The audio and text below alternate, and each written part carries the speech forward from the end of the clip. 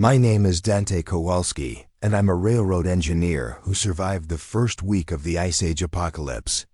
When Yellowstone erupted on September 15, 2025, I was hauling freight through Wyoming. The ash cloud blocked out the sun, temperatures plummeted 30 degrees overnight, and civilization collapsed in days. Stranded 50 miles from nowhere with a dead train, I had to abandon everything and walk 15 miles through knee-deep volcanic ash to reach the town of Rawlins. What I found there changed everything I thought I knew about survival.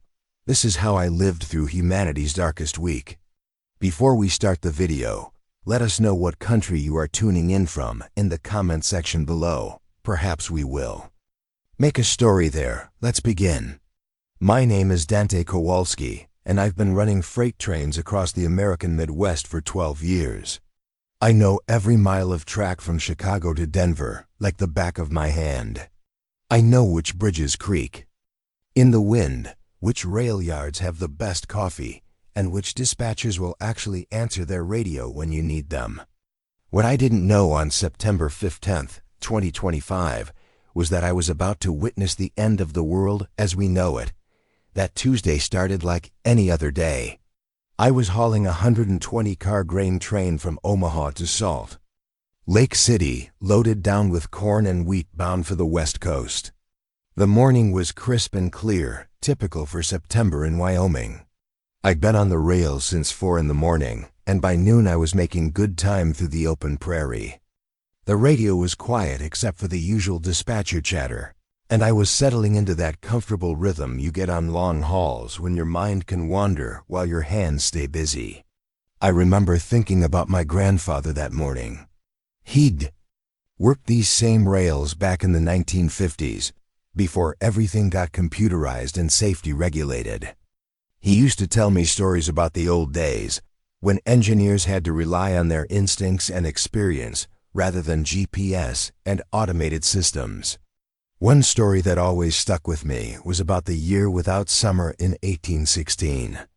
He said his own grandfather had lived through it, told him about how volcanic ash from some mountain in Indonesia had blocked out the sun for months.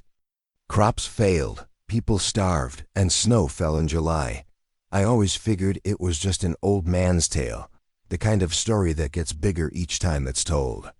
Looking back now, I should have paid more attention to those stories. The first sign something was wrong came around noon. I'd been hearing more earthquake reports from Yellowstone over the past month than usual. Nothing major, just the typical seismic activity you get in that region. The Park Service always monitored it closely, and there were always scientists poking around with their instruments. Every few years there'd be some news story about how Yellowstone was overdue for an eruption, but it was the kind of thing you filed away in the back of your mind and forgot about. Like worrying about getting struck by lightning or winning the lottery. I was running through cattle country about 50 miles east of Cheyenne when my radio started crackling with emergency chatter. At first I thought it was just interference. You get that sometimes in the mountains when atmospheric conditions are right. But then I heard my dispatcher's voice cutting through the static, and there was something in his tone I'd never heard before. Fear. The emergency broadcast started simple enough. Seismic activity at Yellowstone National Park. Evacuation procedures being implemented. Standard protocol for geological events. I'd heard similar broadcasts before during minor earthquake swarms. But this one kept going, and the language kept getting more urgent. Unprecedented seismic activity. Immediate evacuation of a 50-mile radius. All aircraft grounded in the region. That's when I saw it. On the western horizon, where the sky should have been blue and clear, there was something that looked like a mountain growing upward. At first I thought it was a thunderstorm building, the kind of massive supercell that can spawn tornadoes and hail the size of golf balls. But thunderstorms move across the landscape. This thing was stationary, and it was getting bigger by the minute. The radio chatter was getting more frantic now. Emergency frequencies were lighting up with traffic from aircraft, emergency services, and other trains in the region. I heard a pilot reporting that he couldn't maintain altitude due to debris in the air. A sheriff's deputy was requesting immediate backup for evacuation routes that were clogged with traffic. And then I heard something that made my blood run cold. A voice I didn't recognize, speaking with the kind of calm authority you only hear from people who deal with disasters for a living, came over the emergency frequency and said, "Yellowstone has erupted. This is not a drill. All personnel in the affected region should seek immediate shelter and avoid breathing airborne particles." I stared at that growing black cloud on the horizon and felt something shift in my chest. This wasn't just another day on the rails anymore. This was something that was going to change everything. The cloud kept growing, spreading out like an umbrella against the sky. It was moving faster than I'd ever seen weather move, and it was heading straight for me. I could see smaller clouds breaking off from the main mass, carried by high-altitude winds. The whole western sky was turning dark, and it wasn't even 1 o'clock in the afternoon. My radio started picking up transmissions from other trains in the area. A coal train heading east from Gillette reported zero visibility and was requesting permission to stop. A container train bound for Denver had lost contact with dispatch and was operating under emergency protocols. One by one, the voices on the radio were going silent. I kept my train moving, but I was starting to have doubts about that decision. The emergency broadcasts were getting more specific now. Volcanic ash was being carried by prevailing winds across Wyoming, Colorado, and Nebraska. All air traffic was being grounded immediately. Interstate highways were being closed as visibility dropped to zero. The National Guard was being activated. By 2 o'clock in the afternoon, the first ash started falling. It looked like snow at first, except it was gray, and it didn't melt when it hit the warm metal of my engine. It accumulated on the windshield faster than the wipers could clear it. And I could feel the train's engine starting to labor as the air intake filters began clogging with particulates. The temperature gauge was climbing as the cooling system struggled to function properly. I made the decision to stop the train. Finding a safe place to park a 120-car freight train isn't like pulling over to the side of the road. You need level track, preferably on a straight stretch where you won't block any crossings or interfere with other rail traffic. I found a spot about 10 miles west of a small town called Sinclair, in the middle of open ranch land where the only thing for miles in any direction was cattle and sagebrush. As I brought the train to a halt, the ash was falling so thick I could barely see the front of my own engine. The emergency radio chatter was becoming sporadic, with long periods of silence, broken by brief, panicked transmissions. A truck driver on Interstate 80 reported jackknifed vehicles blocking all lanes. A small aircraft had made an emergency landing in a wheat field outside Laramie. Hospital emergency rooms in Cheyenne were reporting an influx of patients with respiratory problems. I tried calling my dispatcher to report my location and status, but all I got was static. My cell phone showed no signal, which wasn't unusual in rural Wyoming, but the complete absence of any bars was troubling. I was used to having at least some connection, even if it was weak. The ash kept falling. I settled into the engine cab and tried to make sense of what was happening. I had emergency supplies on board, as required by railroad regulations. A first aid kit, some basic tools, a few days' worth of food and water, and emergency communication equipment. I also had my personal gear, which included extra clothes, a sleeping bag, and some snacks I'd packed for the long haul. As the afternoon wore on, the temperature started dropping. This was the part that really got my attention, because September in Wyoming is usually warm during the day. You might need a jacket in the morning or evening, but midday temperatures should be in the 70s or 80s. Instead, I watched my thermometer drop from 78 degrees at 2 o'clock to 59 degrees by 4 o'clock. The ash was accumulating on everything. It covered the tracks, the train cars, and the surrounding landscape in a gray blanket that muffled all sound. The silence was unlike anything I'd ever experienced. No birds singing, no insects buzzing, no distant traffic noise. Just the occasional creak of metal as the train cars cooled and the dropping temperature. I tried the radio again, cycling through all the emergency frequencies I knew. Most were silent, but I managed to pick up a few distant transmissions. A ham radio operator in Nebraska was reporting ash falling as far east as Omaha. Someone in Colorado was describing zero visibility conditions and requesting information about evacuation routes. A truck driver somewhere in Utah was asking if anyone knew when the highways would reopen. Nobody had any answers. As evening approached, the temperature continued to fall. By 6 o'clock, it was down to 45 degrees, and I could see my breath when I exhaled. I started the engine's auxiliary heater and began rationing my food. I had enough supplies for maybe 3 days if I was careful, but I was hoping this situation would resolve itself long before then. The ash was still falling, and it showed no signs of stopping. I spent the first night huddled in the engine cab, burning whatever I could find to supplement the auxiliary heater. Railroad paperwork, spare clothing, even some wooden shipping pallets I found in one of the freight cars. The ash had accumulated to several inches by morning, and the temperature had dropped to 38 degrees.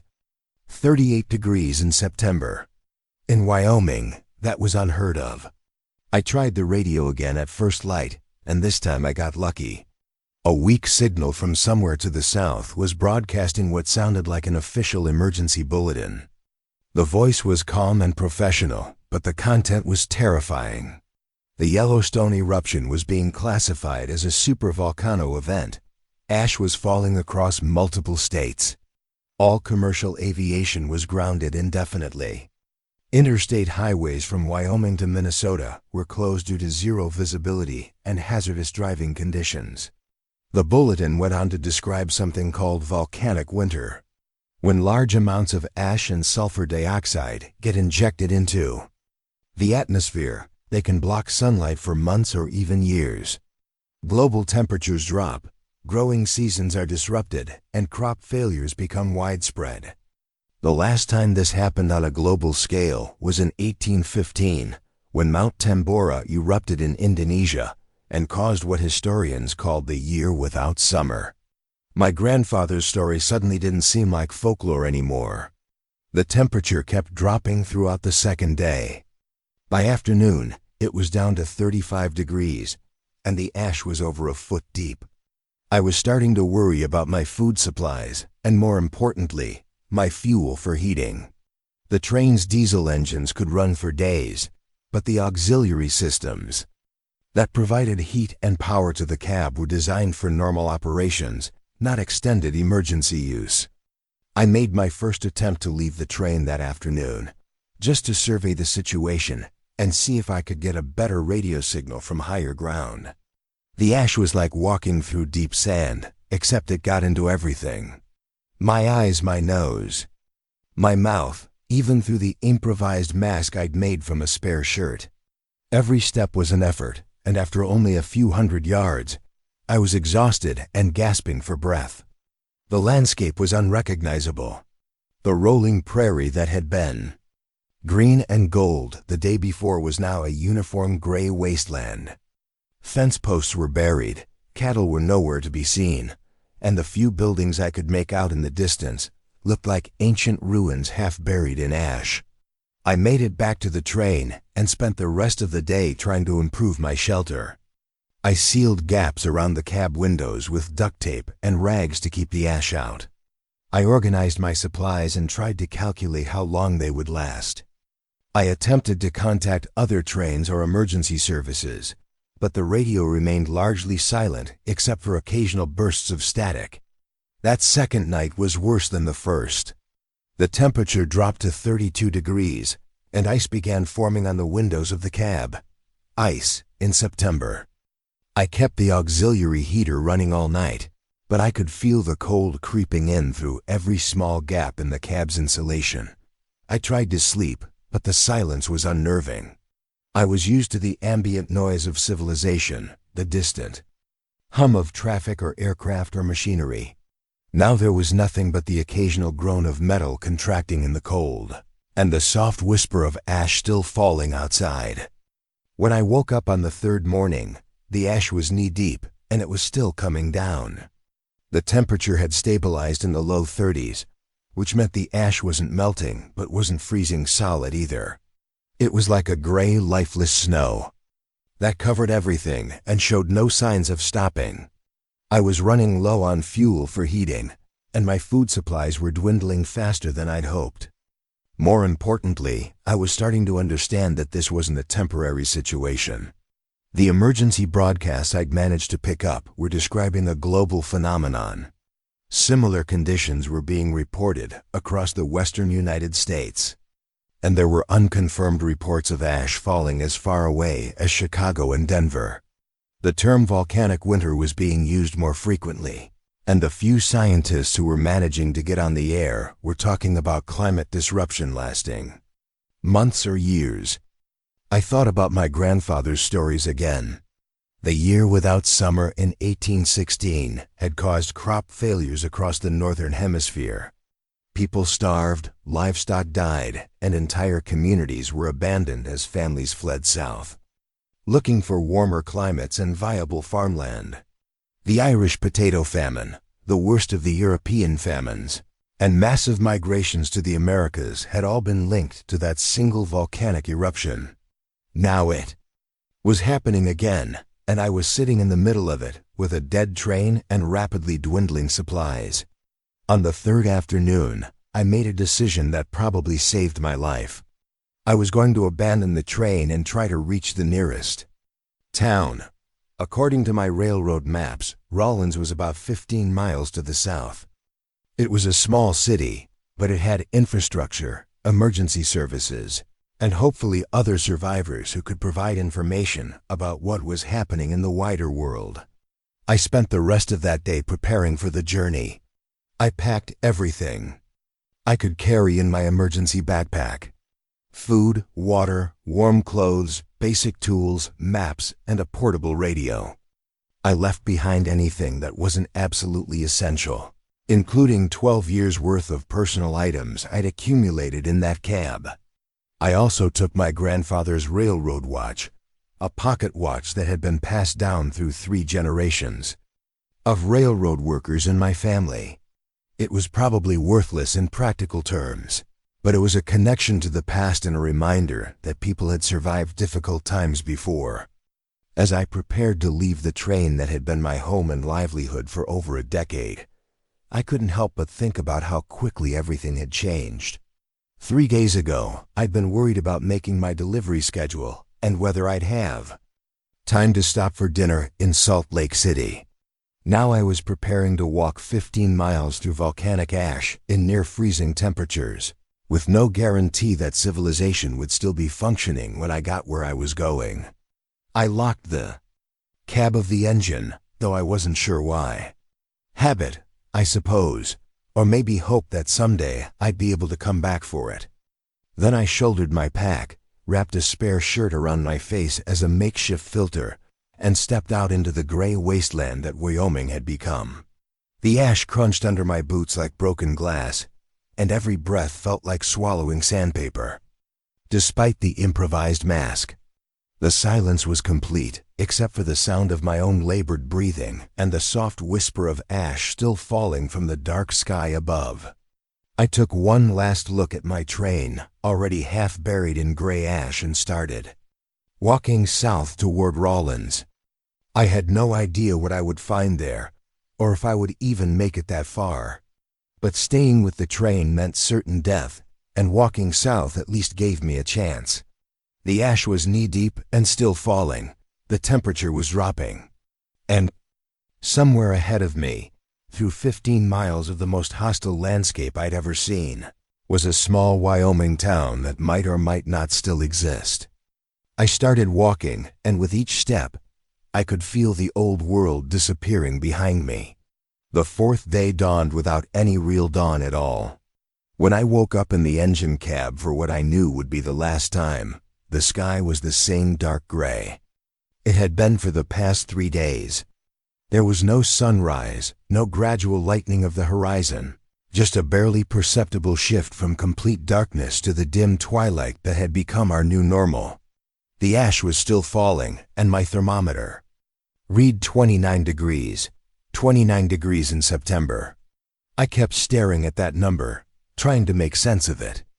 I'd lived in Wyoming my whole adult life, and I'd never seen temperatures this low before October at the earliest.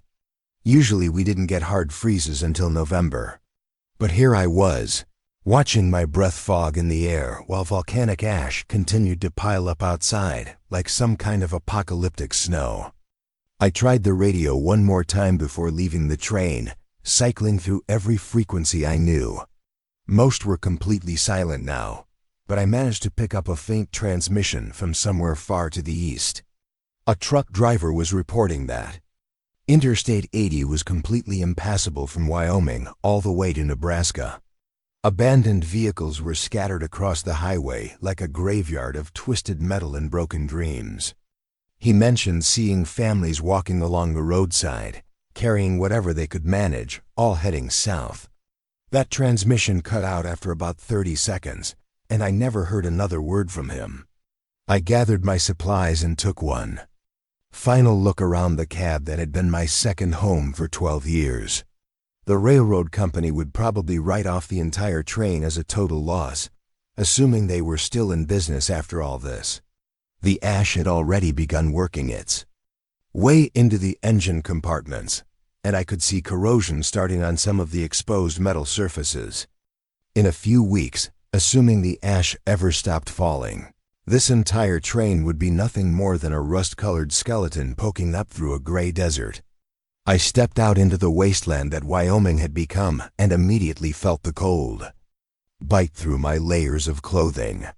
The ash was deeper than it had been the night before, probably close to 18 inches now, and it was getting harder and harder to move through. Each step required lifting my foot completely out of the ash before taking the next one, like walking through wet concrete that grabbed at your boots and tried to hold you back. The silence was the most unnerving part. I'd grown up in rural areas, so I was used to quiet, but this was different. This was the complete absence of life. No birds, no insects, no rustling of small animals in the brush. Even the wind was muffled by the thick ash in the air. The only sounds were my own labored breathing and the soft crunch of ash under my boots. I could see my breath with every exhalation, and despite the multiple layers of clothing I was wearing, the cold was already starting to seep into my bones. I'd packed hand warmers and extra socks, but I knew they wouldn't last long in these conditions.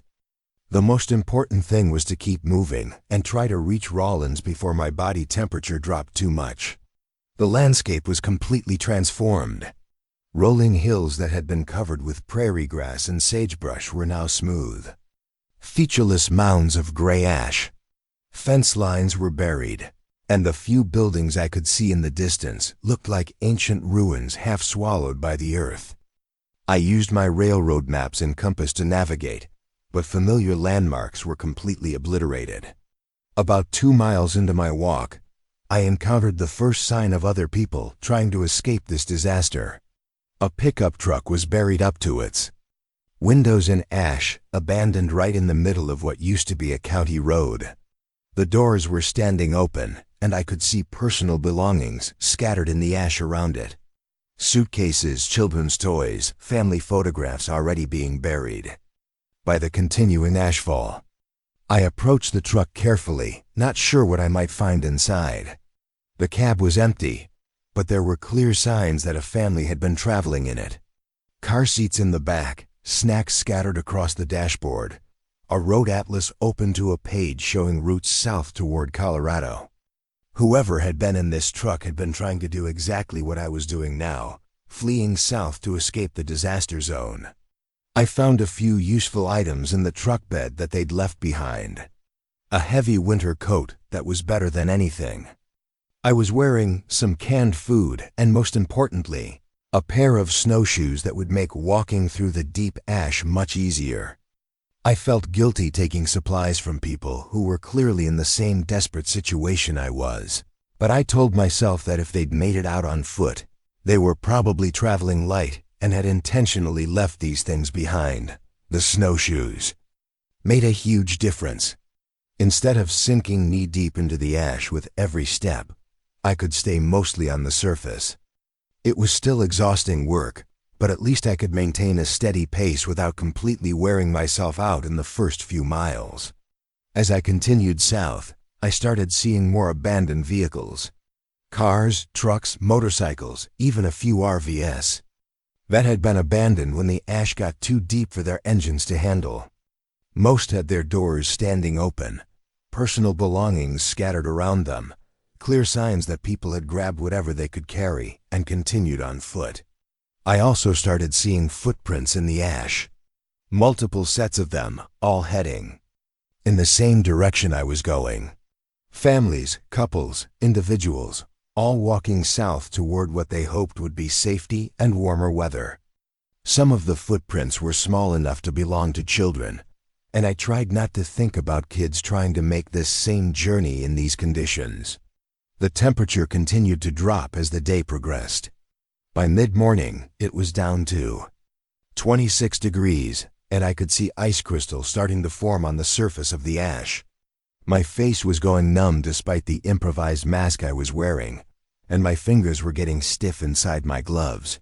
I stopped periodically to do jumping jacks and other exercises to keep my blood flowing, but I knew I was fighting a losing battle against hypothermia.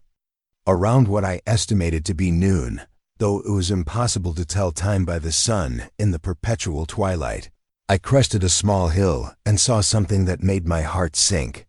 Scattered across the landscape below me were dark shapes that I initially mistook for more abandoned vehicles. As I got closer, I realized they were livestock. Cattle, mostly, but also some horses and sheep, all lying motionless in the ash. They'd frozen to death. I'd seen plenty of dead animals in my time working around ranches and farms, but this was different. These weren't animals that had died of old age or disease or accidents. These were healthy livestock that had been killed by the sudden, dramatic change in climate. Some of them were still standing, frozen solid in place like gray statues. Others had collapsed and were already being buried by the continuing ashfall. If cattle with their thick winter coats couldn't survive these conditions, what chance did people have? I tried not to think about that as I continued walking, but the sight of all those dead animals stayed with me. I started seeing dead birds too, scattered across the ash like broken toys. They'd probably died from respiratory problems caused by breathing the volcanic particles, or maybe they'd simply frozen in the unseasonably cold temperatures.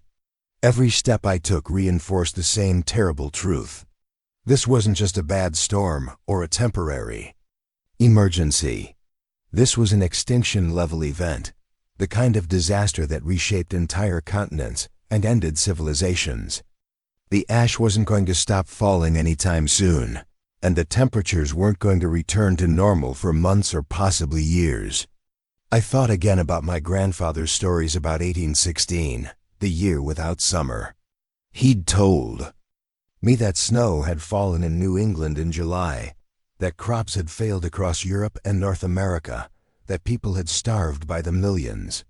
I'd always assumed he was exaggerating, the way old people sometimes do when they tell stories about the past. Now I was starting to understand that he might have been understating the horror of it. Around mid-afternoon, I encountered my first living person since leaving the train. I heard him before I saw him, a rhythmic crunching sound that didn't match the pattern of my own footsteps. I stopped and listened, trying to locate the source of the noise. Sound traveled strangely in the ash-filled air, so it was hard to tell which direction it was coming from. Then I saw a figure moving toward me. Through the gray landscape, another person wearing multiple layers of clothing and struggling through the deep ash. As we got closer to each other, I could see it was an elderly man, probably in his 70s, carrying a small backpack and using a walking stick to help navigate through the ash. His face was red from the cold, and he was breathing heavily from the exertion of walking in these conditions.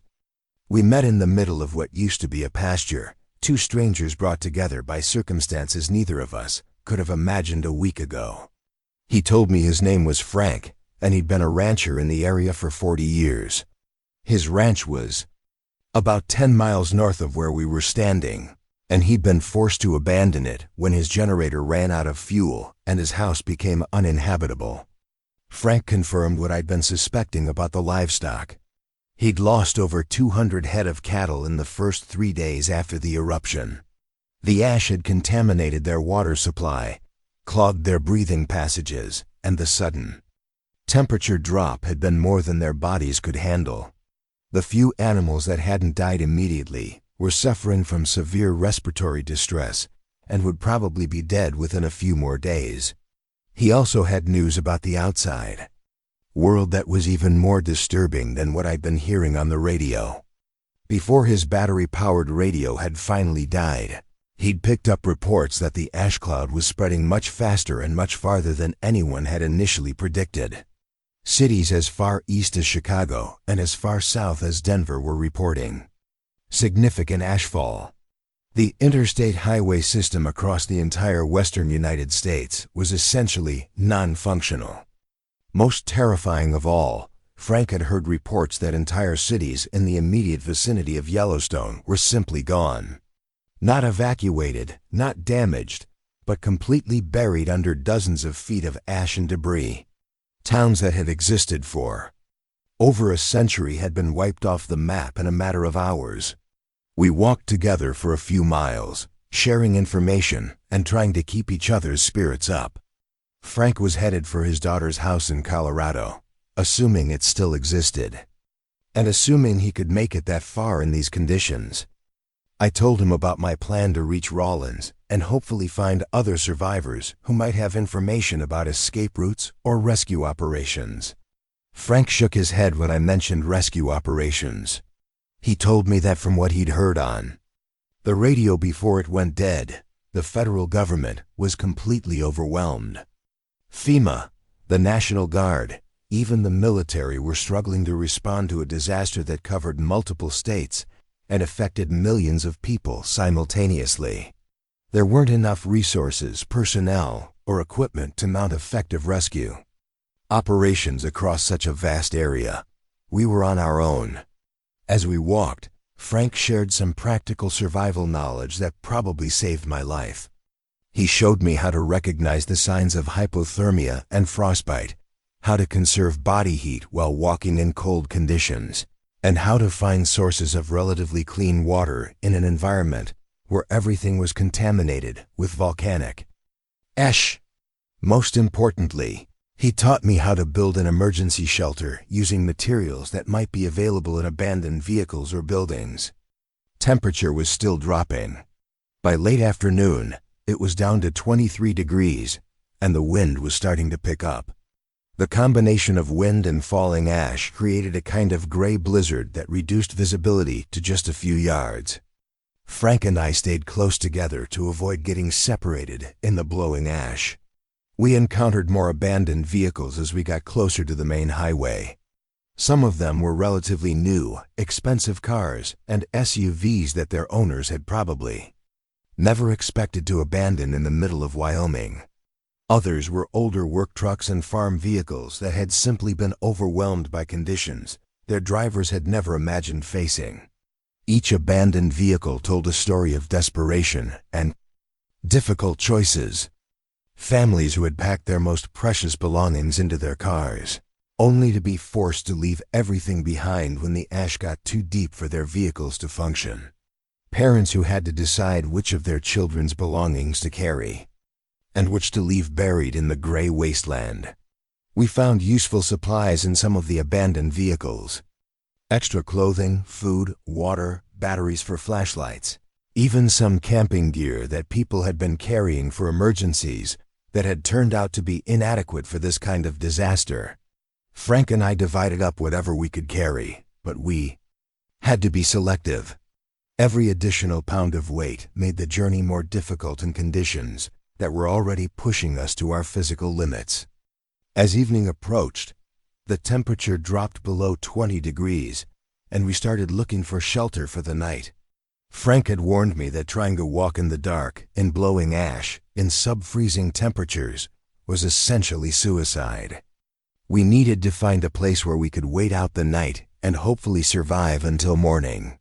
We found an abandoned farmhouse about half a mile off what used to be the main road. The building was partially buried in ash, but the upper floor was still accessible through a second-story window. Frank and I managed to break in and discovered that the house still had some residual heat from a wood-burning stove that had probably been abandoned only a day or two earlier. The house was a time capsule of interrupted lives. Family photographs on the walls, children's drawings stuck to the refrigerator with magnets, a half-finished jigsaw puzzle on the kitchen table. The people who had lived here had left in a hurry, taking only what they could carry and leaving behind a lifetime of memories and possessions. We found some canned food in the pantry and managed to get the wood stove working again, using furniture and other wooden items from around the house. It felt wrong to be burning someone else's belongings, but it was either that or freeze to death during the night. I told myself that whoever had lived here would understand the necessity of survival in extreme circumstances. As we sat around the wood stove, sharing a can of soup and trying to warm our hands and feet, Frank told me more about what he'd heard on the radio before communications had failed completely. The reports had been getting progressively worse each day. Initial estimates about the duration of the volcanic winter were being revised upward. Scientists who had initially predicted weeks or months of disrupted weather were now talking about years. The economic implications were staggering. The agricultural systems that fed hundreds of millions of people were collapsing. Transportation networks were non-functional. Power grids were failing as coal and natural gas supplies were disrupted, and renewable energy systems were rendered ineffective by the lack of sunlight. Financial markets had crashed when they'd tried to open on the second day after the eruption, and most had simply stopped operating altogether. Frank had also heard reports of social unrest beginning in major cities as food supplies ran short and people realized that government assistance wasn't coming. Looting, violence, and desperate attempts by city dwellers to flee to rural areas, where they thought conditions might be better. The problem was that rural areas were just as affected as urban ones, and in many cases, they had even fewer resources to deal with the crisis. We spent that night taking turns feeding the wood stove and keeping watch. Neither of us slept much. The cold was brutal, even inside the house with the stove running, and we were both worried about what we might encounter the next day. Frank was starting to show signs of exhaustion and exposure, and I was beginning to doubt whether he would be able to make it much farther in these conditions. More importantly, I was starting to realize that reaching Rawlins might not be the solution I'd hoped it would be. If conditions were this bad in rural Wyoming, a small city wasn't going to be much better off than we were. There might be more people there, but there would also be more competition for limited resources. And if Frank was right about social unrest beginning in populated areas, Rawlins might actually be more dangerous than the open countryside. But I didn't have any better options. My supplies were running low, my body was reaching the limits of what it could endure in these conditions, and I needed to find other survivors who might have information about what was happening in the rest of the world. Rawlins was still my best chance of finding shelter, supplies, and hopefully some kind of plan for long-term survival. The ash was still falling when we woke up the next morning, the 5th day since the eruption, and there was no sign that conditions were improving. If anything, they seemed to be getting worse. The temperature had dropped to 18 degrees during the night, and ice was forming on the inside of the windows despite the heat from the wood stove. Frank was in bad shape when we woke up. His breathing was labored, his hands and feet were showing signs of frostbite, and he was having trouble staying alert and focused. I recognized the symptoms of hypothermia from the wilderness survival. training I'd received as part of my railroad certification. His body was shutting down from prolonged exposure to cold. I made the difficult decision to leave Frank at the farmhouse and continue toward Rawlins alone. He was slowing me down, and in his condition, he wasn't going to survive much longer on the trail anyway. I left him with most of my remaining food and all the firewood we'd gathered, and I promised to send help back for him if I found any in Rawlins. I don't know if I actually believed I'd be able to send help, but I had to tell him something. Frank just nodded and told me to be careful. He knew as well as I did that he probably wasn't going to survive another day in these conditions. But he didn't want to burden me with his problems. He wished me luck and told me to find his daughter in Colorado if I ever made it that far south. I left the farmhouse as the sun was coming up, though you couldn't really tell because the sky was still the same uniform gray it had been for the past 5 days. The ash was deeper than ever, probably close to 2 feet now, and the snowshoes Frank had helped me adjust were the only thing keeping me mobile at all. The landscape was becoming increasingly surreal. What had once been rolling ranchland was now a series of smooth, gray dunes that looked more like the surface of an alien planet than anywhere on Earth. The ash had filled in valleys and covered hills, creating an entirely new topography that bore no resemblance to the Wyoming I'd known for 12 years. I was completely alone now, walking through a dead world where the only sounds were my own breathing and the crunch of ash under my snowshoes.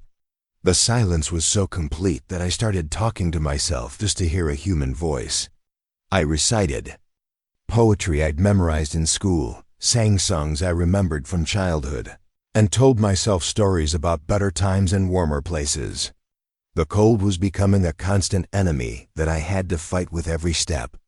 My fingers were numb inside my gloves.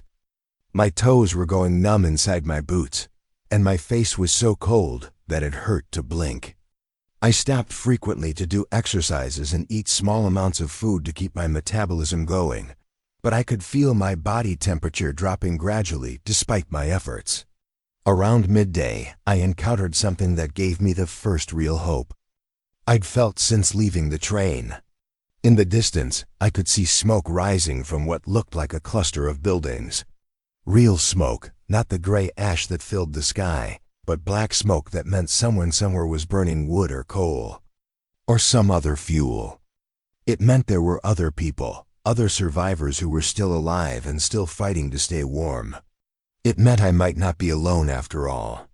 The smoke was coming from the direction of Rawlins, still several miles ahead of me. I pushed myself harder, ignoring the pain in my legs and the burning in my lungs, driven by the possibility that I might find other people who could share information, resources, and most importantly, hope. As I got closer to the source of the smoke, I could make out more details of the buildings ahead. It looked like the outskirts of Rawlins, a collection of houses, businesses, and industrial buildings that were partially buried in ash but still standing. Some of them had smoke coming from their chimneys, which meant they were inhabited and heated. I was going to make it. After 5 days of walking through a frozen wasteland, breathing ash-filled air, and watching the world die around me, I was finally going to reach other human beings who might have answers about what was happening and what we could do to survive it. But as I got closer to the edge of town, I started to hear new sounds that made me uneasy. Shouting voices, the sound of breaking glass, what might have been gunshots in the distance. The smoke I'd been following wasn't just coming from chimneys and wood stoves. Some of it was coming from buildings that were actually on fire. Rawlins wasn't the safe haven I'd been hoping for. It was a town in chaos, full of desperate people fighting over the resources they needed to survive. And I was about to walk right into the middle of it with nothing but the supplies on my back and the hope that somehow, together, we might be able to figure out how to live through the end of the world. The sounds of chaos grew louder as I approached the outskirts of Rawlins. What I'd initially mistaken for the comforting sounds of human activity were actually the sounds of a community falling apart. Shouting voices carried across the ash-covered landscape, and I could hear the crash of breaking glass and what sounded like doors being kicked in. The smoke I'd been following as a beacon of hope was rising from multiple sources, some of it from chimneys and wood stoves, but some of it from buildings that were actually burning. I stopped at the crest of a small hill overlooking the town and tried to assess the situation before walking into whatever was happening down there. Rollins had been a small city of about 9,000 people before the eruption, built around the railroad and the interstate highway. Now it looked like a war zone. The main streets were buried under several feet of ash. Abandoned vehicles were scattered everywhere, and I could see people moving between buildings in small groups, some of them carrying what looked like weapons. The temperature was still dropping. My thermometer read 15 degrees, which was completely unprecedented for September in Wyoming. Even in the dead of winter, temperatures this low were unusual for this part of the state. The combination of volcanic ash blocking the sun and the early onset of what should have been a gradual seasonal cooling had created conditions that were more like January in Alaska than autumn in the Mountain West. I watched the town for about an hour, trying to understand what was happening and figure out the safest way to approach. From what I could observe, it looked like different groups of people had taken control of different parts of the town. There were people barricaded in some of the larger buildings, others moving from house to house in organized groups, and individuals or families trying to scavenge supplies while avoiding the larger groups. The situation reminded me of stories I'd heard about cities during wartime when civil authority had broken down and people were forced to fend for themselves. Except this wasn't war, it was the complete collapse of the systems that supported modern civilization.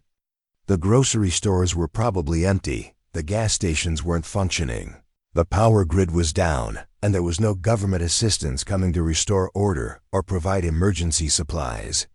I decided to approach the town from the east, where the buildings looked less damaged and I could see fewer people moving around. I needed information about what was happening in the wider world, and I needed supplies to continue my journey south, but I didn't want to walk into the middle of a conflict between desperate people fighting over resources. As I worked my way down the hill toward the edge of town, I encountered my first real evidence of how quickly civilization had collapsed. A grocery store on the outskirts had been completely looted. The windows were smashed, the doors were hanging off their hinges, and empty shelves and scattered debris were visible even from the street. Someone had spray-painted a message on the wall that simply said, "Gone South," with an arrow pointing toward the interstate. I found similar scenes at a gas station, a pharmacy, and a small hardware store. Everything useful had been taken, probably within the first day or two after the eruption, when people realized that supply trucks weren't going to be coming, and that they needed to gather whatever they could carry for the journey to somewhere with better conditions. The abandoned vehicles told their own stories. Cars and trucks that had tried to leave town but had been stopped by the deep ash covering the roads. Some had been abandoned when their engines failed, others when their occupants realized they could make better time on foot. Personal belongings were scattered in the ash around most of the vehicles, evidence of people making desperate decisions about what to carry and what to leave behind. I was making my way along what used to be the main commercial street when I heard voices coming from a building ahead of me. Not the angry shouting I'd heard from the hill, but actual conversation between people who seemed to be working together rather than fighting each other. I approached carefully, staying low and using abandoned cars for cover. The voices were coming from a small diner that looked like it had been converted into some kind of shelter or meeting place. Smoke was rising from the chimney, and I could see warm light coming from the windows. There were people inside, and they seemed to be organized rather than just hiding or scavenging. I watched the building for several minutes, trying to decide whether to approach or continue through town without making contact. I was exhausted, cold, and running low on supplies, but I was also aware that desperate people could be just as dangerous as the harsh conditions I'd been traveling through. On the other hand, I needed information about what was happening beyond Rawlins, and these people might have news about escape routes or places where conditions were better. I decided to take the risk. I approached the front door of the diner, slowly, making sure my hands were visible and trying to look as non-threatening as possible. A man appeared in the doorway before I could knock, a middle-aged guy wearing multiple layers of clothing and holding what looked like a baseball bat. He studied me for a moment, taking in my ash-covered clothes and the exhaustion that was probably written all over my face. He asked me where I'd come from and where I was headed. I told him about the train, about Frank, about the 5-day journey through the ash to reach Rawlins. He seemed satisfied that I was just another survivor rather than a threat, and he invited me inside to warm up and share whatever information we had about the situation. The diner had been transformed into a survival shelter.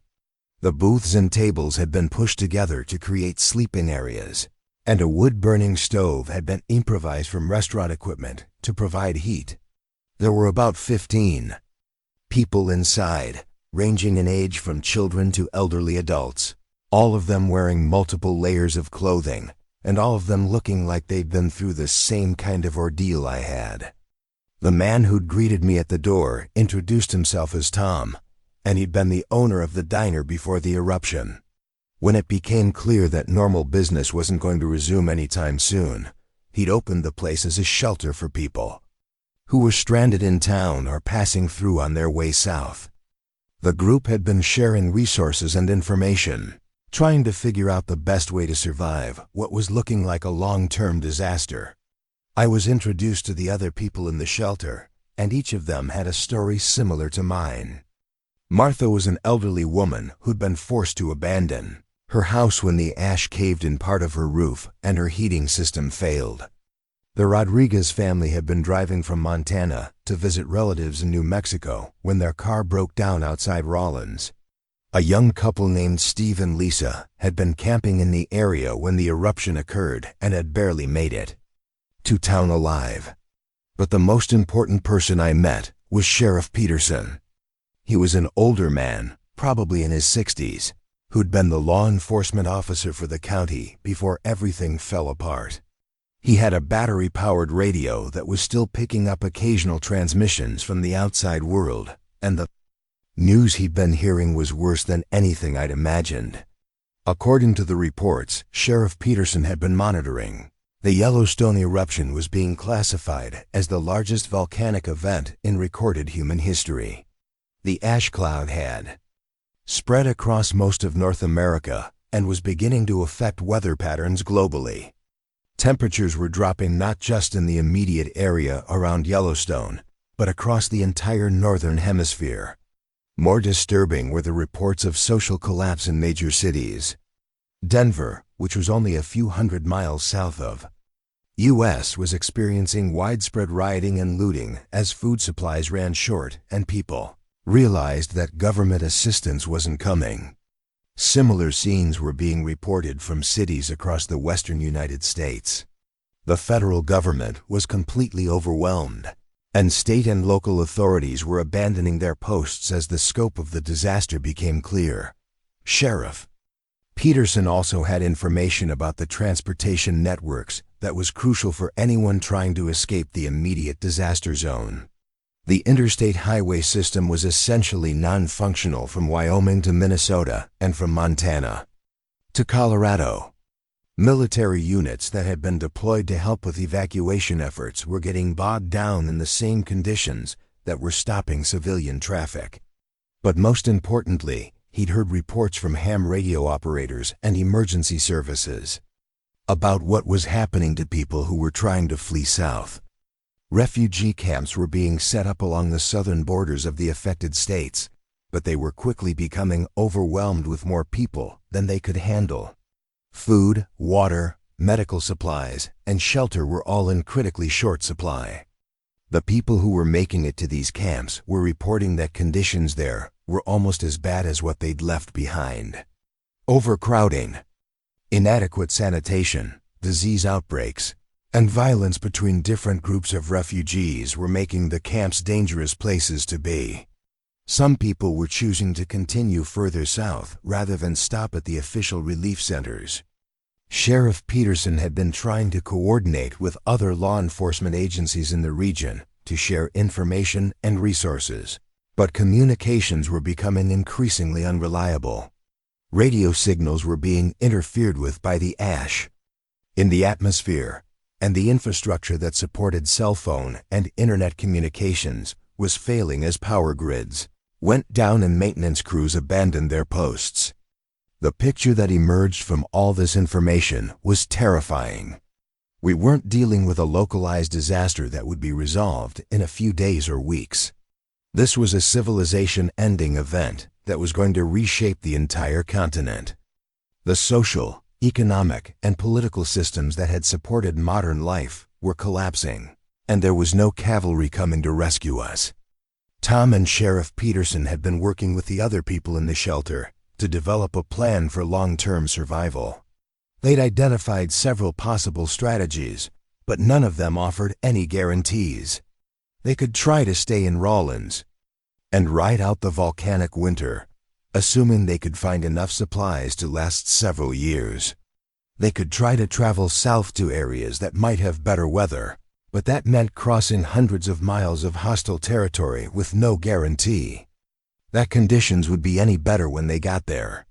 The third option, which Sheriff Peterson seemed to favor, was to try to reach one of the refugee camps and hope that federal assistance would eventually get organized, enough to provide meaningful help. He'd heard reports that FEMA was setting up major relief centers in cities like Phoenix and Albuquerque, places that were far enough south to avoid the worst of the volcanic winter, but still within the United States where federal resources could potentially reach them. I shared the information I'd gathered during my journey from the train, including Frank's observations about livestock mortality and the condition of the transportation infrastructure. I also told them about my knowledge of the railroad system, which immediately got everyone's attention. Railroad tracks, unlike highways, weren't as susceptible to being blocked by abandoned vehicles. Trains could push through significant amounts of ash and debris, and the rail network included infrastructure like maintenance facilities and fuel depots that might still be accessible.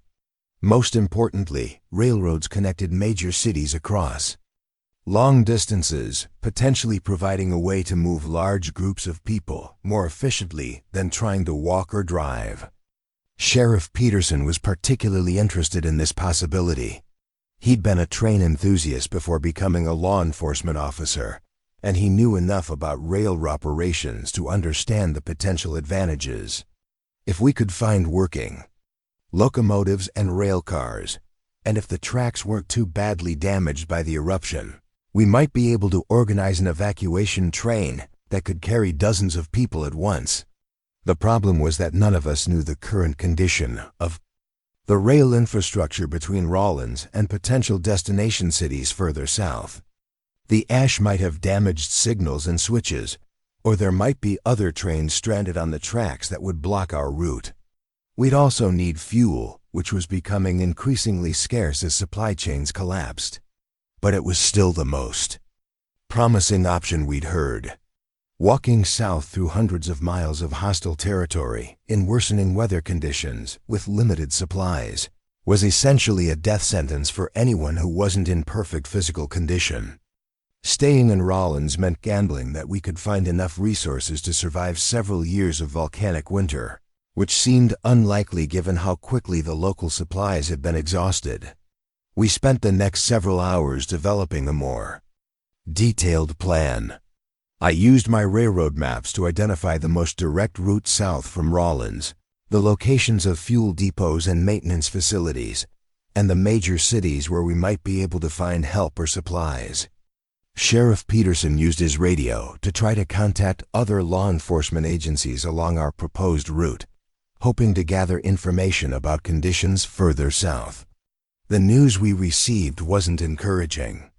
A sheriff's deputy in Colorado reported that Interstate 25 was completely blocked by abandoned vehicles and that armed groups were controlling access to some towns along the highway. A ham radio operator in New Mexico said that refugee camps in his area were turning away new arrivals because they were already beyond capacity. But we also heard some encouraging reports. A railroad dispatcher in Colorado Springs reported that some sections of track were still clear and that a few freight trains were still operating on limited schedules. An emergency services coordinator in Albuquerque confirmed that FEMA was setting up a major relief center there and that they were accepting refugees from the affected areas. As evening approached, the temperature outside dropped to 12 degrees and the wind picked up significantly. The combination of wind and falling ash created blizzard-like conditions that made it impossible to see more than a few feet outside the diner windows. Anyone who was still moving around in the town would be forced to take shelter, which meant that the looting and violence that had been ongoing during the day would probably stop until conditions improved. Tom organized the shelter for the night, assigning sleeping areas and watch duties to make sure we'd be alert if anyone tried to break into the diner. We had enough firewood to keep the improvised stove running through the night, and enough food to provide small meals for everyone. But it was clear that our supplies wouldn't last more than a few more days. The group made a decision that evening that would determine our fate for the next several days. We would try to reach the railroad yard on the outskirts of Rawlins and see if we could find working locomotives and rail cars that could be used for an evacuation train. If the equipment was available and the tracks were passable, we'd attempt to organize a group evacuation south toward Colorado and hopefully toward one of the refugee centers that were being set up there. If the railroad option didn't work out, we'd have to choose between staying in Rawlins and trying to survive the winter, or attempting to walk south in conditions that were getting worse every day. Neither option offered much hope for long-term survival, but the railroad plan at least gave us a chance to move a large group of people quickly across long distances. I volunteered to lead a scouting expedition to the railroad yard the next morning. My knowledge of railroad operations and equipment would be essential for determining whether the plan was feasible, and I was probably in better physical condition than most of the other people in the shelter for making the journey across town in the harsh conditions. Sheriff Peterson, Tom, and Steve the camper volunteered to come with me. The four of us would try to reach the yard, assess the available equipment, and determine whether it was possible to organize an evacuation train. The rest of the group would stay in the shelter and continue monitoring radio communications for information about conditions along our proposed route. As we prepared for sleep that night, I couldn't help thinking about how much my life had changed in just 6 days. A week ago, I'd been a railroad engineer with a steady job, a predictable routine, and a comfortable life. Now I was a refugee, planning a desperate escape attempt through a landscape that looked more like the surface of an alien planet than anywhere on Earth. But I also felt something I hadn't felt since leaving my train. Hope, for the first time since the eruption. I was part of a group of people working together toward a common goal. We had a plan that might actually work, knowledge and skills that complemented each other, and most importantly, we had each other. The next morning would determine whether that hope was justified, or whether we were just delaying the inevitable. The railroad yard was about 2 miles away, across a town that was becoming increasingly dangerous as resources ran short and desperation set in. The equipment we found there might be damaged beyond repair, or the tracks might be impassable. Or we might encounter other people who were just as desperate as we were and willing to fight for control of anything that offered a chance of escape. But for the first time since I'd abandoned my train in the middle of a Wyoming wasteland, I felt like I had a real chance of surviving what was turning out to be the end of the world as we'd known it. And tomorrow, I'd find out whether that feeling was based on realistic hope or dangerous delusion. The ash was still falling outside the diner windows, the temperature was still dropping, and the radio was still bringing reports of civilization collapsing across the continent. But inside our improvised shelter, warmed by the heat from our makeshift stove and surrounded by people who were determined to help each other survive, I allowed myself to believe that maybe, just maybe, we were going to make it through this. The next few hours would tell us whether we were planning our escape or just postponing our deaths. The sixth morning since the eruption dawned with the same gray twilight that had become our new normal. The temperature had dropped to 10 degrees.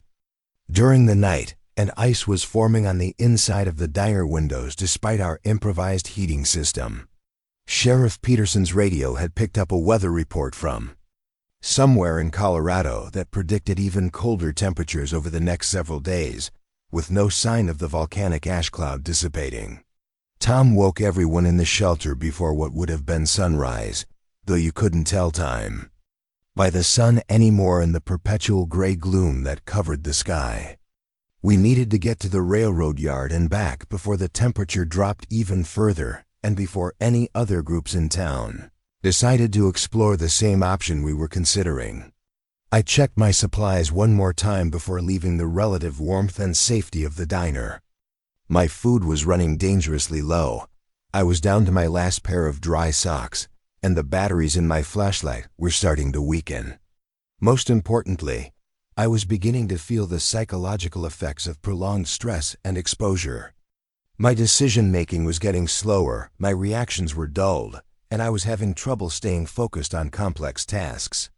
Sheriff Peterson was showing similar signs of strain, but he was maintaining the kind of professional composure you'd expect from someone who'd spent decades dealing with emergencies. Tom seemed to be holding up better, probably because he was still in his familiar environment and had the responsibility of taking care of the other people in the shelter. Steve was young and in good physical condition, but he was clearly struggling with the reality that his normal life had been completely destroyed in less than a week. We bundled up in every layer of clothing we could manage and prepared to venture out into what had become a hostile wasteland. The plan was to move quickly and quietly across town to the railroad yard, assess the available equipment, and return to the diner with enough information to decide whether our evacuation plan was feasible. The streets of Rawlins were barely recognizable. What had once been a typical small American city now looked like something from a post-apocalyptic movie. The ash was over 2 feet deep in most places, deeper where the wind had created drifts against buildings and abandoned vehicles. Most of the storefronts were dark, their windows either boarded up or smashed by looters. The few buildings that showed signs of occupation were heavily barricaded, with improvised fortifications made from furniture, vehicles, and debris. We moved carefully through the residential area on the outskirts of town, staying away from the main streets where we were more likely to encounter other people. Most of the houses appeared to be abandoned, their occupants either fled south or holed up in more defensible locations. But we could see signs of recent activity in some of them. Footprints in the ash-broken windows, doors that had been forced open. About halfway to the railroad yard, we encountered our first evidence of how desperate the situation in town had become. A family of 4 was huddled in the shell of a burned-out convenience store, trying to stay warm around a small fire made from whatever combustible materials they could find. They had children with them, a boy who looked to be about 10 and a girl who couldn't have been more than 6. The parents were clearly in bad shape. The father had signs of severe frostbite on his hands and face, and the mother was coughing constantly from breathing the ash-filled air.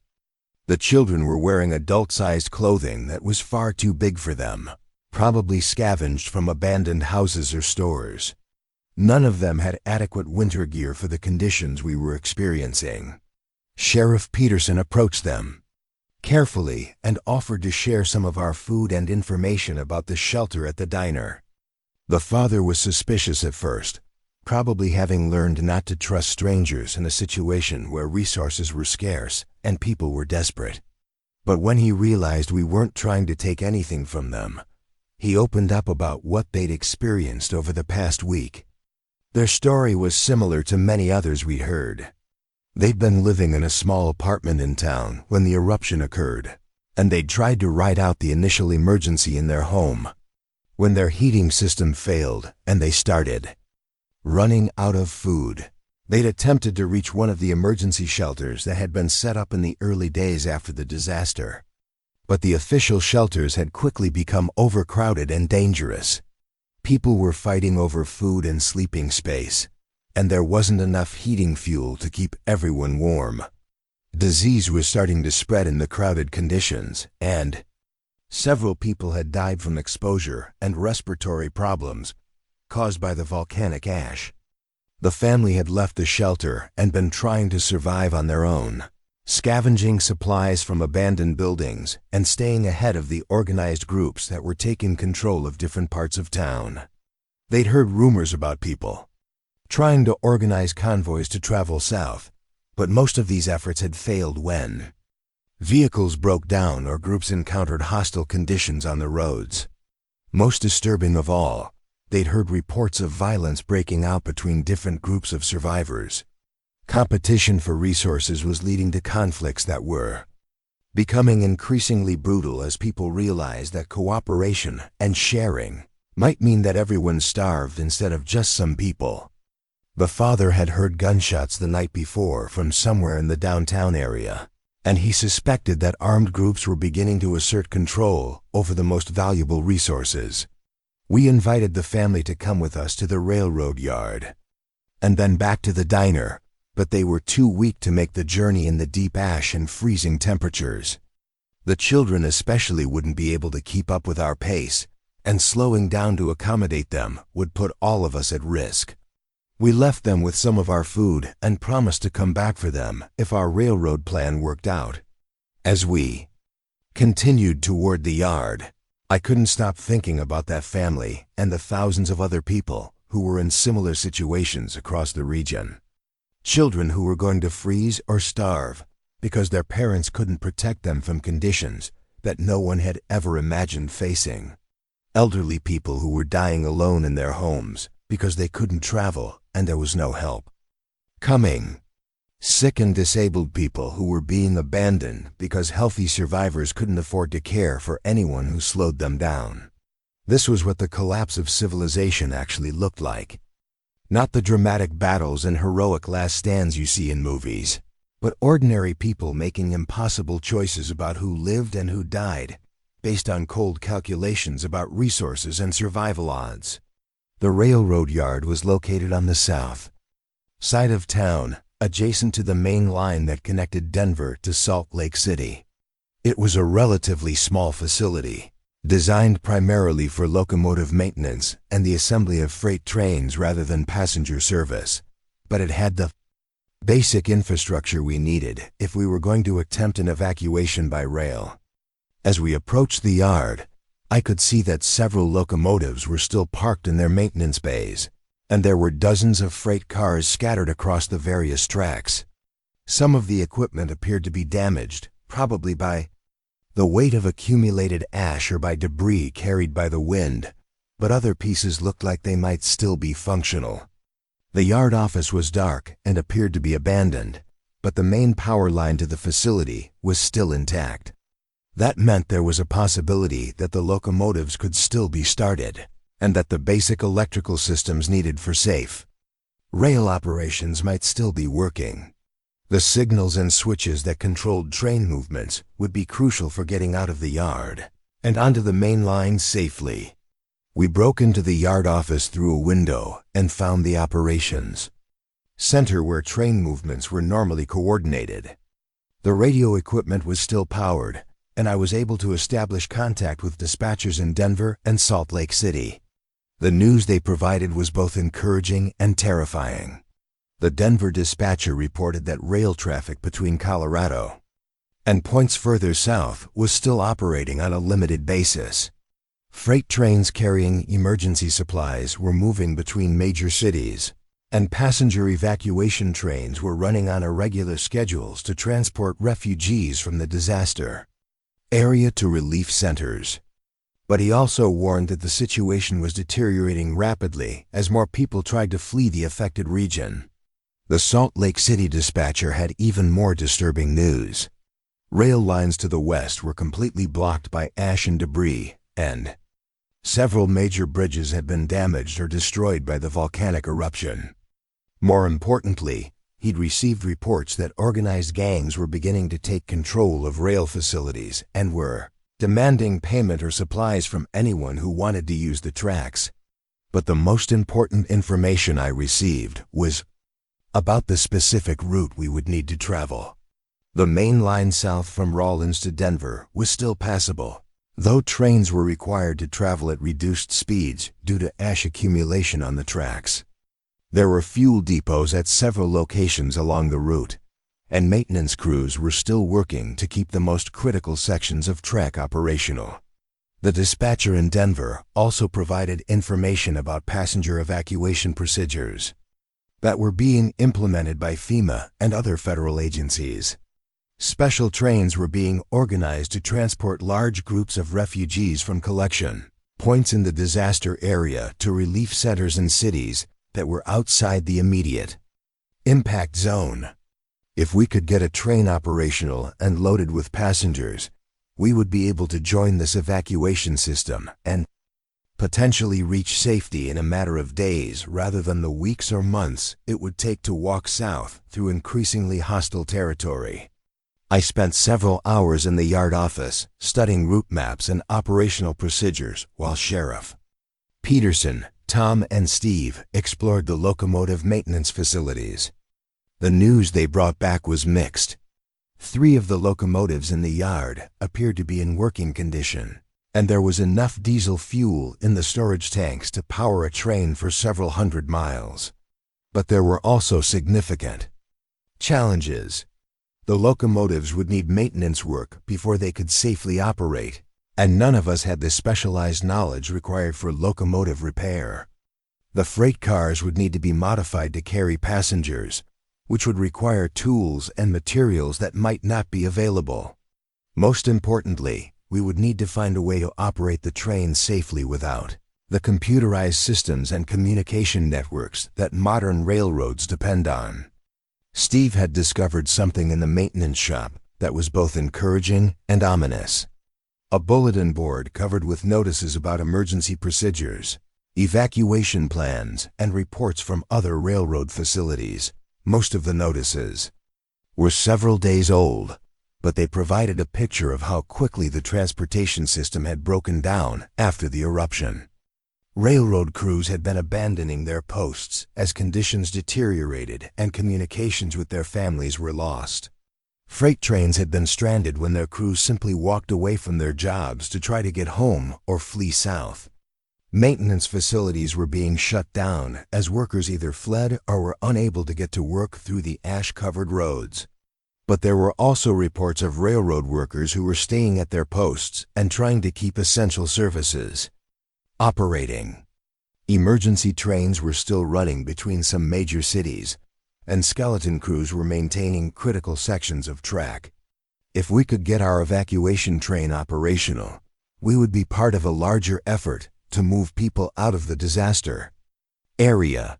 The most disturbing notice on the bulletin board was a warning about hostile groups that were taking control of railroad facilities.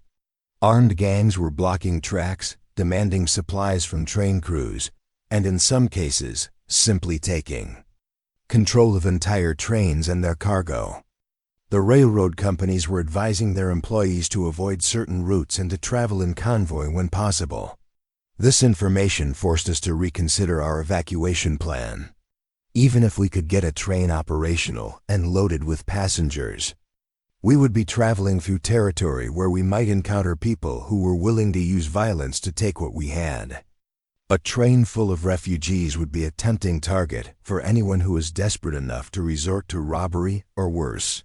Sheriff Peterson suggested that we might be able to organize some kind of security for the train, using people with military or law enforcement experience who were among the survivors in town.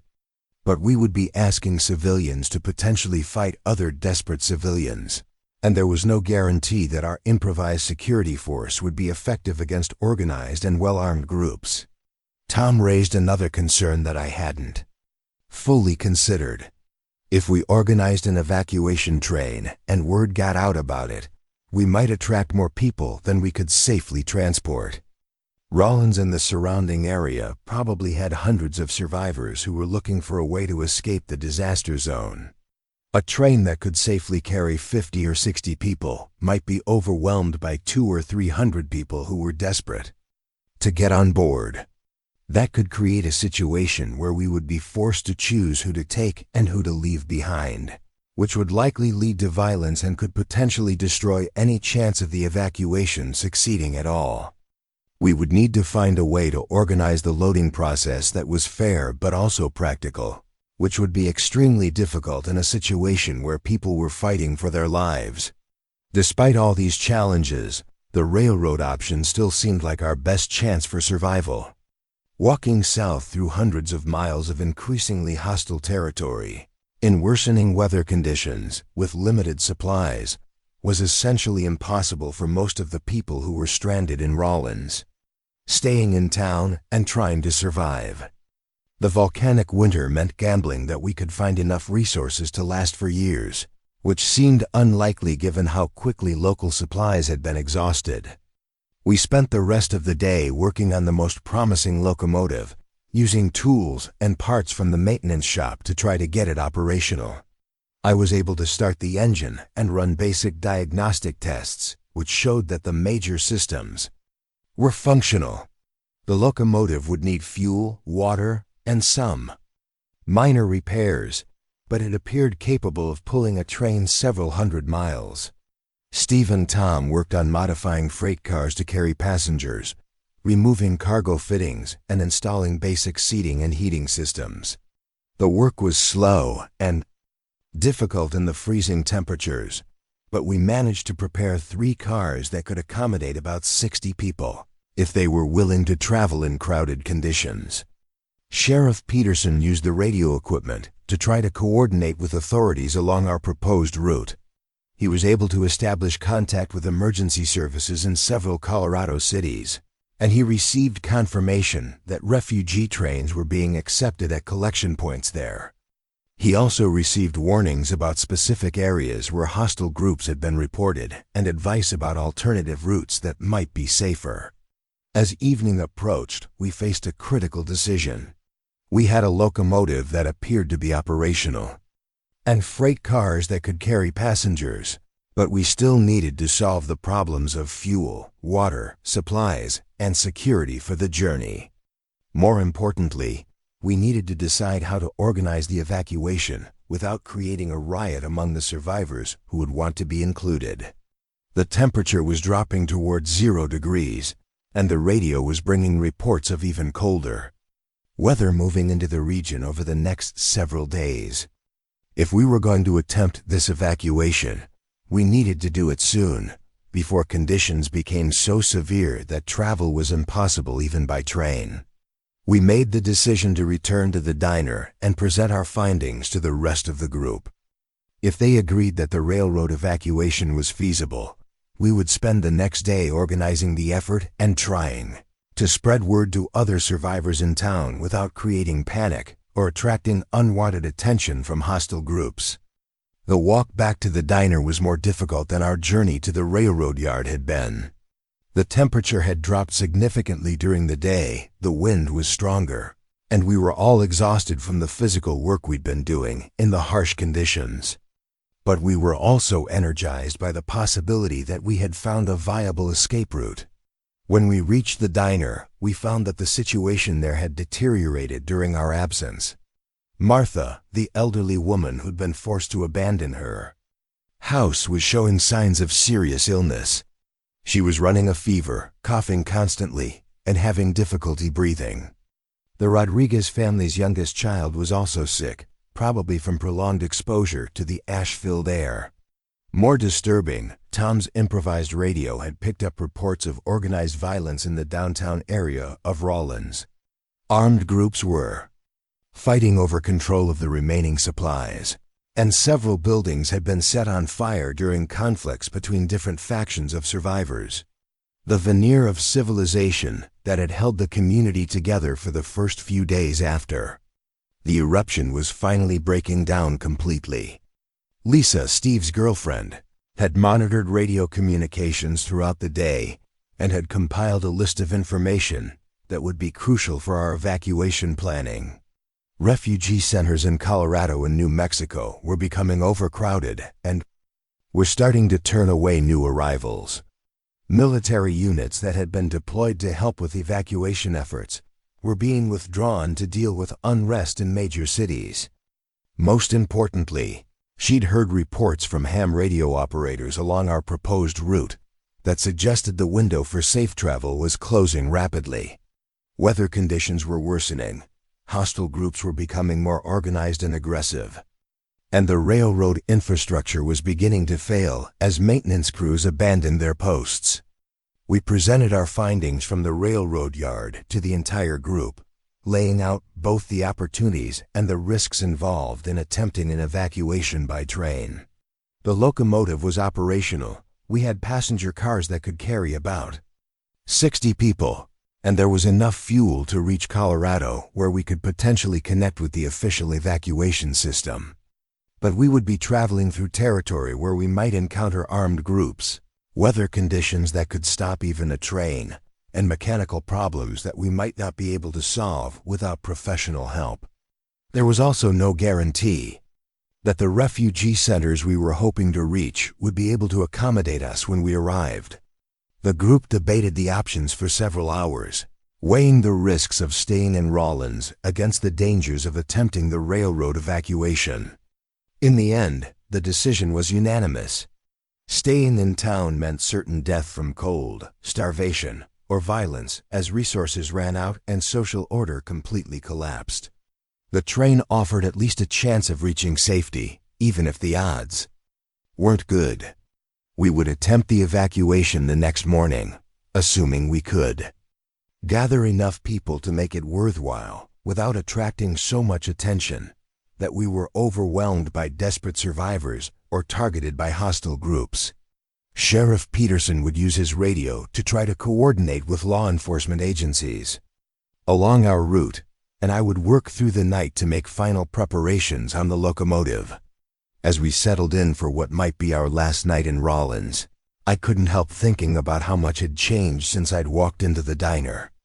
Just 2 days earlier, I'd arrived as a desperate individual looking for information and supplies.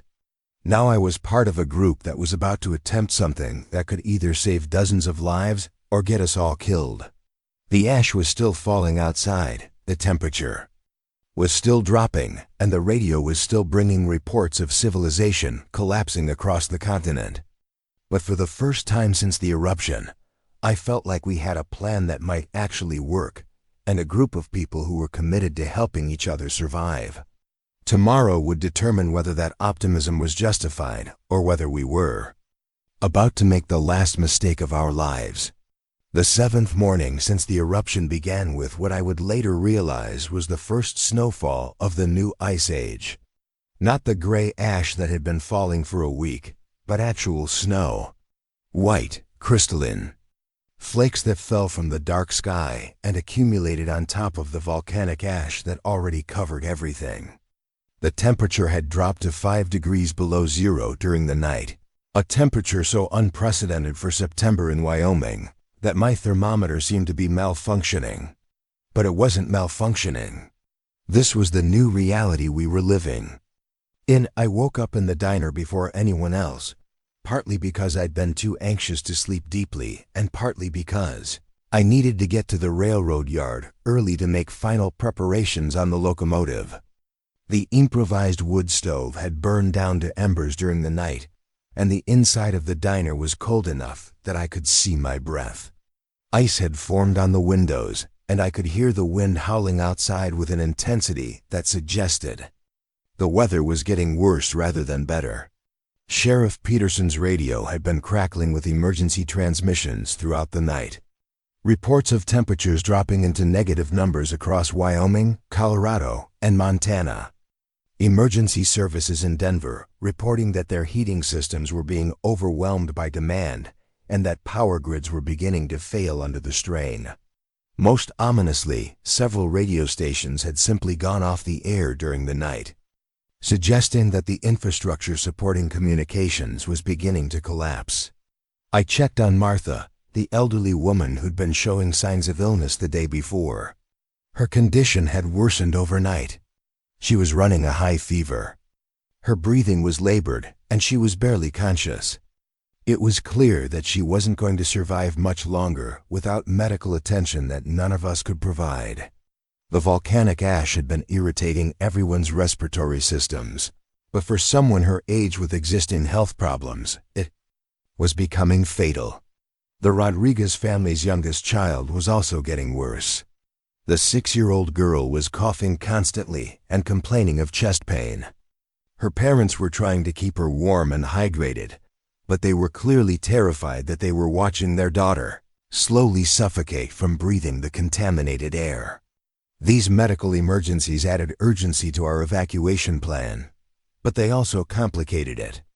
Martha probably wasn't strong enough to survive the journey to Colorado, and transporting seriously ill people on a freight train in sub-zero temperatures wasn't going to improve their chances of recovery.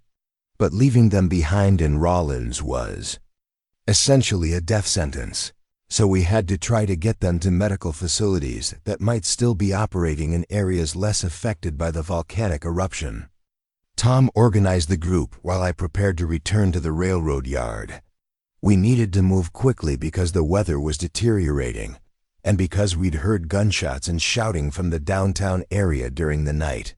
The conflicts between different groups of survivors were escalating, and it was only a matter of time before the violence spread to our part of town.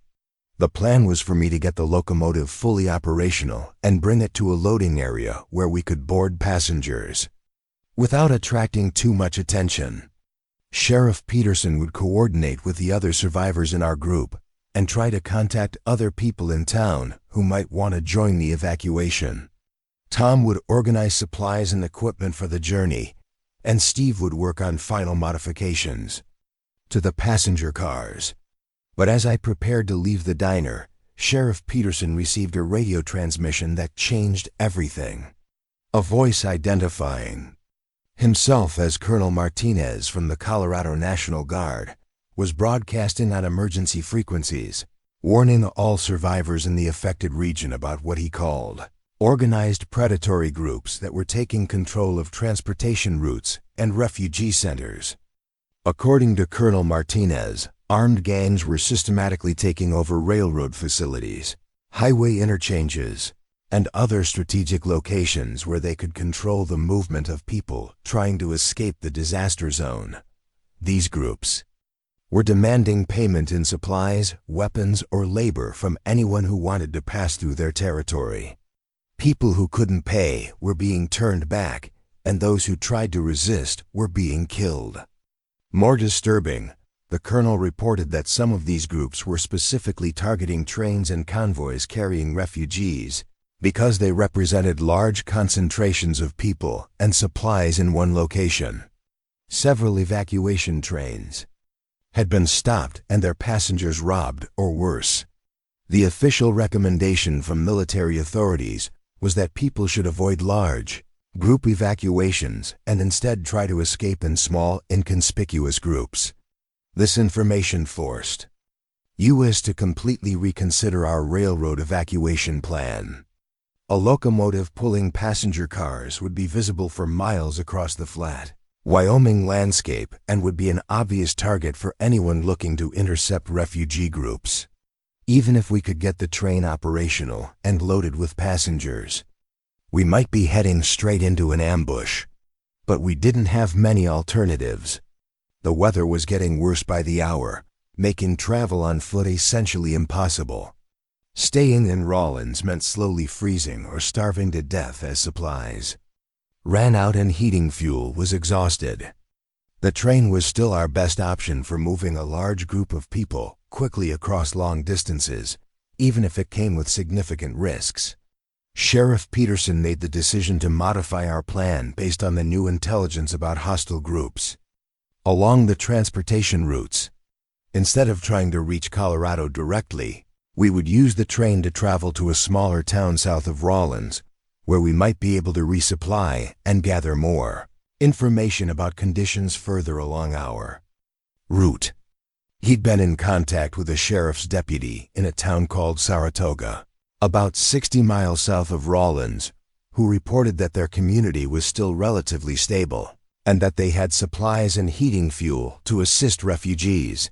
More importantly, Saratoga was connected to secondary rail lines that might allow us to reach Colorado while avoiding the main transportation corridors, where hostile groups were most likely to be operating. I left the diner and made my way through the deteriorating conditions toward the railroad yard. The combination of snow and ash was creating a mixture that was like walking through wet concrete, and the wind was strong enough to knock me off balance several times. The temperature was so cold that my exposed skin was going numb within minutes, despite the multiple layers of clothing and improvised protection I was wearing. The streets of Rawlins were eerily quiet. Most of the survivors had taken shelter from the brutal weather, but I could see smoke rising from several buildings that suggested people were burning whatever they could find to stay warm. I also noticed that some of the buildings that had been intact the day before now showed signs of damage, probably from people breaking in to scavenge supplies or find shelter. When I reached the railroad yard, I found that our locomotive had been discovered by other people during the night. A group of about 10 survivors, including several children, had taken shelter in the maintenance building and were trying to figure out how to operate the train themselves. They were led by a man who introduced himself as Carl, a truck driver who'd been stranded in Rawlins when his vehicle broke down on the interstate. Carl's group had reached the same conclusion we had about the necessity of escaping by rail, but they lacked the technical knowledge to get the locomotive operational. They'd managed to start the engine, but they couldn't figure out how to operate the controls or couple the passenger cars. More importantly, they had no idea how to safely navigate the rail system or communicate with dispatchers along the route. I was faced with a difficult decision. Carl's group included families with young children who would almost certainly die if they were left behind in Rawlins. But adding 10 more people to our evacuation would strain our limited supplies and make the train more crowded and harder to manage. There was also the question of whether we could trust people we just met with decisions that could affect the survival of everyone on board. After a brief discussion, we decided to combine our groups. Carl's people had some supplies and skills that would be useful for the journey, and the moral imperative of leaving families with children behind in these conditions was something none of us could accept. The combined group would total about 25 people, which was manageable for the 3 passenger cars we'd prepared. I spent the next several hours working with Carl and some of the more mechanically inclined people in his group to get the locomotive fully operational. We topped off the fuel tanks, filled the water systems, and ran diagnostic tests on all the major components. The locomotive was a newer model with computerized controls, but it also had manual override systems that would allow us to operate it even if the electronic systems failed. The passenger cars required more work than I'd anticipated. We needed to install heating systems that would keep people warm during the journey, secure seating that would prevent injuries if the train had to make sudden stops or direction changes, and storage areas for the supplies we'd need for the journey. Most importantly, we needed to create some kind of communication system that would allow people in the passenger cars to contact the locomotive if there were problems. While we worked on the train, Sheriff Peterson and Tom were spreading word about the evacuation to other survivors in Rawlins. They were being careful to avoid attracting too much attention, but they were also trying to give other people a chance to escape if they wanted to join us. The response was mixed. Some people were eager to leave and were willing to take the risks involved in rail travel.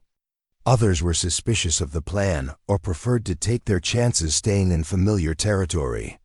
By mid-afternoon, we had about 40 people who wanted to join the evacuation. This was more than we'd planned for and more than we could safely accommodate in the 3 passenger cars we'd prepared. We were forced to make difficult decisions about who to take and who to leave behind, decisions that would haunt me for the rest of my life. We prioritized families with young children, elderly people who wouldn't survive much longer in the deteriorating conditions, and people with medical training or other skills that would be useful for the group.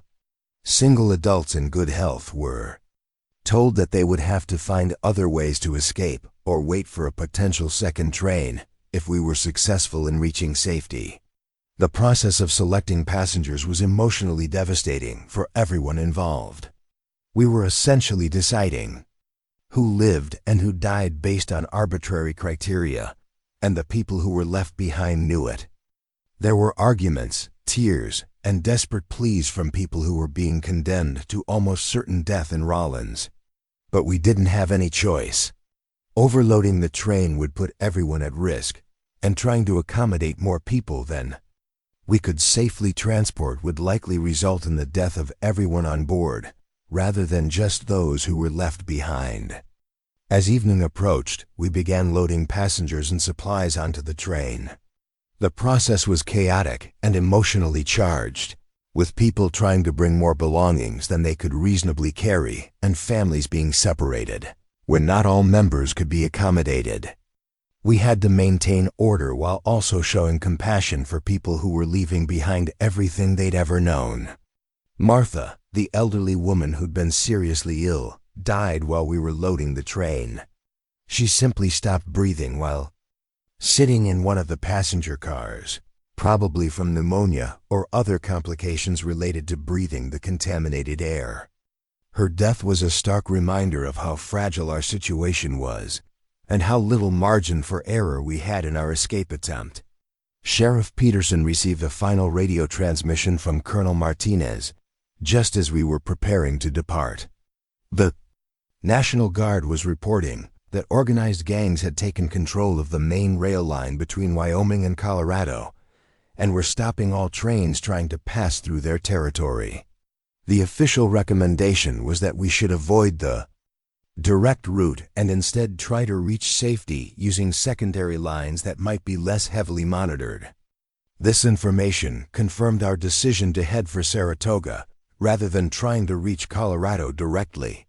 The secondary rail lines might be in worse condition and might not connect to the official evacuation system, but they offered our best chance of avoiding the hostile groups that were controlling the main transportation routes. I took my position in the locomotive cab and began the startup procedures for our departure.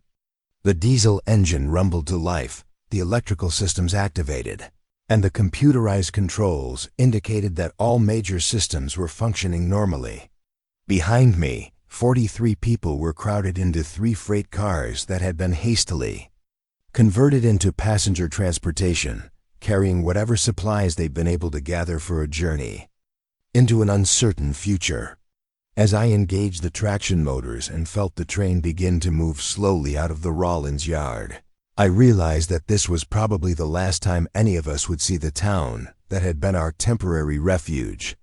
The buildings were already disappearing into the blowing snow and ash, and I wondered if anyone would still be alive there when we reached our destination. The train gathered speed as we left the yard and entered the main line heading south toward Saratoga. The tracks were covered with several inches of snow and ash, but the locomotive's weight and power were sufficient to push through the accumulation. The ride was rough and noisy, but we were moving at about 30 miles per hour, which meant we could cover the 60 miles to Saratoga in about 2 hours if nothing went wrong. But as we traveled through the darkening landscape, I began to see signs that made me question whether we were heading toward safety or into even greater danger.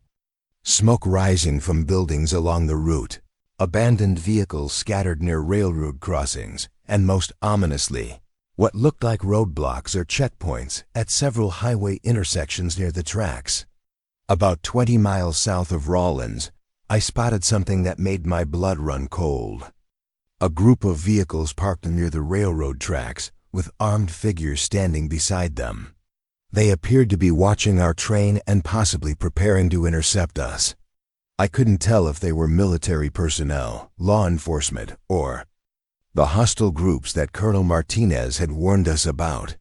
I made the decision to increase our speed and try to pass the checkpoint without stopping.